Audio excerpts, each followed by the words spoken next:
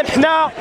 عموم نساء ورجال التعليم، التنسيقيات المناضلة، الفئات المتضررة والغير، عموم نساء ورجال التعليم، أساتذة وإداريين وأطر الدعم، راس مزاولون ومتقاعدون في هذا الشكل النضال. هذه المسيره الوطنيه الوحدويه اللي جمعنا فيها كعموم نساء ورجال التعليم، هذه المسيره اللي تنطلق من امام مقر البرلمان في اتجاه وزاره التربيه الوطنيه تاتي في اطار برنامج نضالي خلنا فيه كنساء ورجال التعليم مزاولون ومتقاعدون من اجل قول لا لهذا النظام الاساسي المشؤوم، من اجل تحسين الاوضاع الماديه والاجتماعيه لعموم نساء ورجال التعليم، من اجل فرض الكرامه والعداله لعموم نساء ورجال التعليم، من اجل تسويه الملفات العالقه، من اجل الالتزام بالاتفاقات التي عندها سنوات وهي موقعه مع الحكومه. لذلك احنا غنستمروا في النضال. هذه مسيره وحدويه لعموم نساء ورجال التعليم، وغتكون مسيرات واشكال نضاليه سواء هنا متمركزه بالرباط او في عموم المواقع المغربيه، امام الاكاديميات او امام 82 مديريه اقليميه.